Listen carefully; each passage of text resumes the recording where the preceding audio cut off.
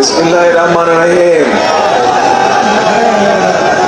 আজকের এই নির্বাচনী জনসভার এই ভোর রাত্রে ফজর হতে আর একটু বাকি আছে। এই ভোর রাত্রে যে এই জনসভা, এই জনসভার সম্মানিত সভাপতি, আমার প্রিয় সামনে উপস্থিত প্রিয় ভাই বোনেরা এবং মঞ্চে উপস্থিত নেতৃবৃন্দ, আসসালামু আলাইকুম। আপনারা কেমন আছেন?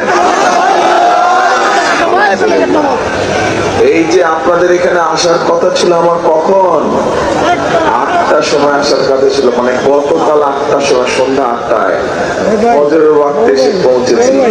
সেই সিলেট থেকে রওনা দিয়েছি, পথে পথে হাজার হাজার হাজার মানুষ, সকল মানুষের সাথে কথা বলতে বলতে সবাই অপেক্ষা করছে। আপনারা যেরকম অপেক্ষা করছেন তারাও অপেক্ষা করছিল। কাজে আস্তে আস্তে দেরি হয়ে গেছে, এই জন্য আপনাদের কাছে ক্ষমা প্রার্থী আমি। এখন প্রিয় ভাই বোনেরা, এই যে আপনারা কষ্ট করে কেন অপেক্ষা করছেন, আপনাদের সকলের চেহারার মধ্যে, মা বোনেরা সহ এই যে ভোর রাত্রে জেগে আছে সকলের চেহারার মধ্যে একটি ছাপ ফুটে উঠেছে, একটি চাওয়া ফুটে উঠেছে। কি সেটা? একটা পরিবর্তন চাচ্ছে বাংলাদেশের মানুষ, তাই পরিবর্তন চাচ্ছে। কি পরিবর্তন? একটা ভালো পরিবর্তন চাচ্ছে। আমরা বিগত দিনে যেই কাজগুলো দেখেছি, এইখানে যে দেখেছি, আমরা এই অবস্থার পরিবর্তন চাই। আমরা একটি নিরাপদ অবস্থা চাই, তাই না? নিরাপদ অবস্থা, যেখানে সকল মানুষ নিরাপদে থাকতে পারবে, নিরাপদে ব্যবসা বাণিজ্য করতে পারবে, রাস্তাঘাটে নিরাপদে চলতে পারবে। আপনারা তো এরকমই চান নাকি? ইনশাআল্লাহ এরকমই চান। এখন প্রিয় ভাই বোনেরা, এই যে একটু আগে আমি কথা শুরুতেই বললাম যে নির্বাচনী জনসভা, বিগত 15 বছরে এরকম কোন নির্বাচনী জনসভা হয়েছিল? আপনারা বিগত 15 বছরে ভোট দেওয়ার সুযোগ পেয়েছিলেন? পান নাই আপনার সুযোগ। তাহলে এই যে আন্দোলন সংগ্রামের মাধ্যমে, যেই মানুষগুলোর ত্যাগের মাধ্যমে, শহীদের জীবনের মাধ্যমে যে আমরা এই যে সুযোগটা পেলাম, আগামী 12 তারিখে, আগামী মাসের 12 তারিখে যে নির্বাচন, এই নির্বাচনে তাহলে আমাদেরকে সঠিকভাবে সিদ্ধান্ত নিতে হবে যে কি করতে হবে, তাই নয়? তাহলে দেশকে যদি সঠিকভাবে গড়ে তুলতে হয়, দেশকে যদি, রাষ্ট্রকে যদি মেরামত করতে হয়, তাহলে আমাদের সকলকে ঐক্যবদ্ধ থাকতে হবে। এই দেশে আমরা মুসলমান, হিন্দু, খ্রিস্টান, বৌদ্ধ সকল ধর্মের মানুষ হাজার বছর ধরে একসাথে শান্তিতে বসবাস করেছি না? তাহলে এই সকল মানুষকে নিয়ে আগামী দিনেও আমরা শান্তিতে থাকতে চাই, শান্তিতে বসবাস করতে চাই। আমরা চাই এই দেশের বেকার যারা আছে, তরুণ সমাজের যারা সদস্য, যুব সমাজের যারা সদস্য, সকলের জন্য যাতে কর্মসংস্থানের ব্যবস্থা হয়। আপনারা চান? এই যে আমাদের মা বোনেরা এখানে উপস্থিত আছে, এরকম সারা বাংলাদেশে গ্রামে গঞ্জে হাজার হাজার লোক, কোটি কোটি মা বোনেরা আছে। তাদের মধ্যে যে সকল পরিবারগুলোর একটু অভাবী, সেই সকল পরিবারের মাদের কাছে আমরা সকলের কাছে কম বেশি দিব, কিন্তু আগে অভাবী পরিবারগুলোকে দিতে হবে। কি দিব? আমরা ফ্যামিলি কার্ড দিতে চাই। এই ফ্যামিলি কার্ডের মাধ্যমে আমরা সেই অভাবী পরিবারগুলোকে সহযোগিতা করতে চাই, যাতে তারা স্বাবলম্বী হতে পারে, নিজের পায়ে দাঁড়াতে পারে। আপনাদের কাছে কি এই পরিকল্পনাটা ভালো মনে হয়? আচ্ছা, ঠিক আছে। এরপরে দ্বিতীয় একটি পরিকল্পনার কথা বলি আমি। সেটি হচ্ছে, বাংলাদেশের সবচেয়ে বড় পেশা কোন পেশা বলেন তো? কৃষি। কৃষি হচ্ছে বাংলাদেশের প্রায় সব মানুষই কম বেশি কৃষির সাথে জড়িত, তাই না? ছোট হোক, বড় হোক, মহাজনী হোক, বিভিন্ন রকম কৃষক আছে। এই কৃষক ভাইদেরকে সহযোগিতা করার জন্য আমরা আরেকটা কৃষক কার্ড দিতে চাই, যেটার মাধ্যমে তারা সার পাবে, বীজ পাবে, কীটনাশক ওষুধ পাবে, ঋণ সুবিধা পাবে, বীমা সুবিধা পাবে। এই কথাটা এই পরিকল্পনাটা কেমন? আচ্ছা, আসেন এবার।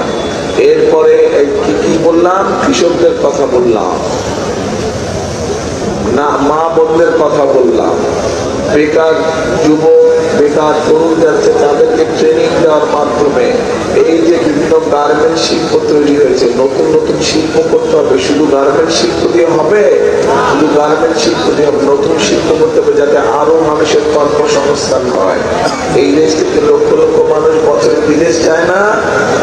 আমরা চাই এরপরে যারা বিদেশে যাবে তাদেরকে ট্রেনিং দিয়ে আমরা পাঠাবো, যাতে তারা বেশি বেতনের চাকরি বাকরির ব্যবস্থা করতে পারে, অথবা নিজেদের দেশে যাতে তারা নিজেদের ব্যবসা খুলতে পারে, সেজন্য ট্রেনিং দিতে চাই। আমরা বিভিন্ন ব্যাপারে ট্রেনিং দিতে চাই, যাতে মানুষ দক্ষ হিসাবে নিজেকে গড়ে তুলতে পারে। এই কথাটা কি পরিকল্পনা ভালো লেগেছে? এখন প্রিয় ভাই বোনরা, যদি দেশের অবস্থা নিরাপদ করতে হয়, আপনার ভোটের অধিকারকে যদি প্রতিষ্ঠিত করতে হয়, আপনার কথা বলার অধিকারকে যদি প্রতিষ্ঠিত করতে হয়, মা বোনদেরকে যদি স্বাবলম্বী করে গড়ে তুলতে হয়, কৃষক ভাইদের পাশে যদি দাঁড়াতে হয়, এই সব কাজগুলো করতে হলে তরুণ যুবকদের কর্মসংস্থানের ব্যবস্থা করতে, সেটা দেশি হোক বিদেশ হোক, এই কাজগুলো যদি করতে হয় তাহলে করা যাবে বাস্তবায়ন। কিন্তু তার আগে একটা কাজ করতে হবে। এই কাজগুলো আমরা করবো ইনশাল্লাহ। বিএনপি জয়যুক্ত হলে বিএনপি কাজগুলো করবে, কিন্তু আপনাদেরকে তো একটা কাজ করতে হবে তার আগে। কি কাজ বলেন তো?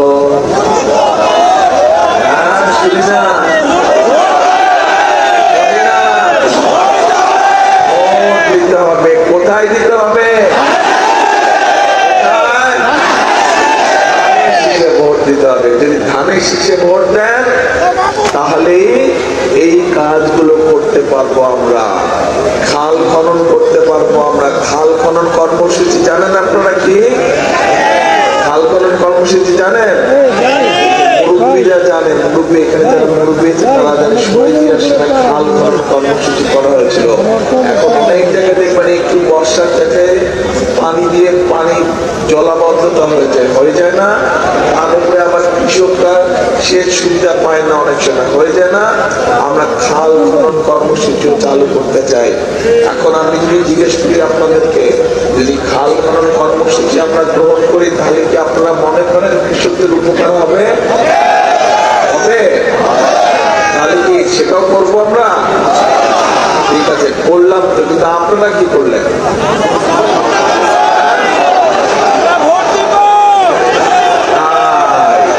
জনগণকে কি, মা বোনেরা, আপনাদের কাজকে ভোট দিতে হবে। জনগণের মূল কাজ হচ্ছে সঠিক ব্যক্তিকে নির্বাচন করতে হবে। হ্যাঁ, ভোট দিব ধানের শীষে ইনশাআল্লাহ। এখানে একটা কথা আছে, তারা এখন জরুরি কথা বলবে। জরুরি কথা, আস্তে আস্তে এক জরুরি কথা আছে, খুব জরুরি কথা, অনেক জরুরি কথা। এক কান না, দুই কান খাড়া করে শুনতে হবে। একটা জরুরি কথা বলবো। কিন্তু এই যে ভোট দিবেন 12 তারিখে, এর মধ্যেই তো একটা বাহিনী আছে, একটা গোষ্ঠী আছে, এদের লোকজন এসে নিরীহ মা বোনদের কাছ থেকে এনআইডি নাম্বার নিয়ে যাচ্ছে। খবর পাইছেন এটা? তারপরে আবার ফোন নাম্বার নিয়ে যাচ্ছে, কি বিকাশ নাম্বার নাকি এগুলো নিয়ে যাচ্ছে। খবর পাইছেন? আচ্ছা, তারপরে আবার আমাদের যে প্রবাসী ভাইরা আছে তাদের জন্য যে ব্যালট পেপার পাঠিয়েছে সেগুলো আবার তারা দখল করে নিছে। খবর পাইছেন? তাহলে এদের সাথে ওই গত 15 বছর যে নিশিরাতের নির্বাচন আর ভোট ডাকাতির নির্বাচন, তার পার্থক্য হলো কি? এদের সাথে আর ওদের কোনো পার্থক্য নাই। দুইজন একই গ্রুপে। একজন ষড়যন্ত্র করেছিলেন, একজন ষড়যন্ত্র করে আপনাদের ভোট নিতে চায়, আরেকজনকে ডাকাতি করে আপনাদের ভোট নিয়ে গিয়েছে। কাজেই এখন এই ষড়যন্ত্রকারীদের বিরুদ্ধে সজাগ থাকতে হবে। এই যে মা বোনদেরকে মানুষকে গিয়ে যে বিভ্রান্ত করছে এর ব্যাপারে সজাগ থাকতে হবে। কি মামুন না সজাগ তো? আচ্ছা, এইটা গেল 1 নম্বর। 2 নম্বর বিষয় হচ্ছে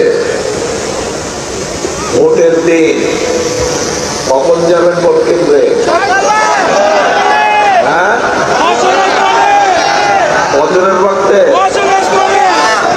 ফজরের ওয়াক্তে না, তাহাজ্জুদের ওয়াক্তে উঠতে হবে, তাহাজ্জুদ পড়তে হবে, তাহাজ্জুদের নামাজ পড়বেন, তারপরে ভোট যার যার ভোট কেন্দ্র থেকে রওনা দিবেন। ফজরের নামাজ জামাত করে ওই ভোট কেন্দ্রের সামনে পড়তে হবে। পারবেন? পারবেন নাকি? ভোট কেন্দ্রের সামনে ফজরের নামাজ জামাত করে কে কে পড়তে পারবেন? হাত তুলে তো ইনশাআল্লাহ সবাই। তারপরে ফজরের নামাজ পড়ে ভোট কেন্দ্রের সামনে লাইন দিয়ে সুন্দর আওয়াজ যাবে যে ভোট কেন্দ্র খোলা মাত্র ধানের শীষে ভোট দিতে হবে। সবচেয়ে প্রথমে ধানের শীষে ভোট দিতে হবে। ঠিক আছে? তাহলে ওই যে খাল খননের কথা বললাম, ওই যে মা বোনদেরকে সহযোগিতা করার জন্য ফ্যামিলি কার্ডের কথা বললাম, ওই যে কৃষক ভাইদেরকে সহযোগিতা করার জন্য কৃষি কার্ডের কথা বললাম, তরুণ যুবক ভাই বোনদের কর্মসংস্থানের জন্য যে বিভিন্ন ট্রেনিং এর ব্যবস্থা করলাম, খাল খননের কথা, খাল খনন কর্মসূচির কথা যে বললাম, এই কাজগুলো যদি বাস্তবায়ন করতে হয় তাহলে ধানের শীষকে জিতাতে হবে। ধানের শীষ যদি জিতে ইনশাল্লাহ, ধানের শীষ আগামী দিনে সরকার গঠন করলে তাহলে জনগণের এই কাজগুলো করা সম্ভব হবে। তাহলে আবার জিজ্ঞেস করি বুঝছেন কিনা, আমি বুঝে নেই আগে। এই যে পরিকল্পনার আরো পরিকল্পনা আছে, এই অল্প কয়েকটা বললাম, এই পরিকল্পনাটা করলে কি আপনারা মনে করেন মানুষের উপকার হবে? উপকার হবে? তাহলে আসেন একটা স্লোগান দেই, করব কাজ করব দেশ, সবার আগে কি করব কাজ করব দেশ, সবার আগে বাংলাদেশ। এই শেষ কথা। ইনশাল্লাহ 12 তারিখ দেখা হবে, ধানের শীষকে জয়যুক্ত করাবে। আল্লাহ হাফেজ। বাংলাদেশ জিন্দাবাদ।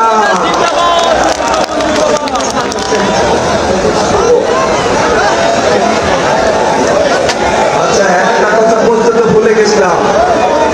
আমাদের সাথে আমাদের এক ভাই আছে ধানের শীষের সাথে, খেজুর গাছ।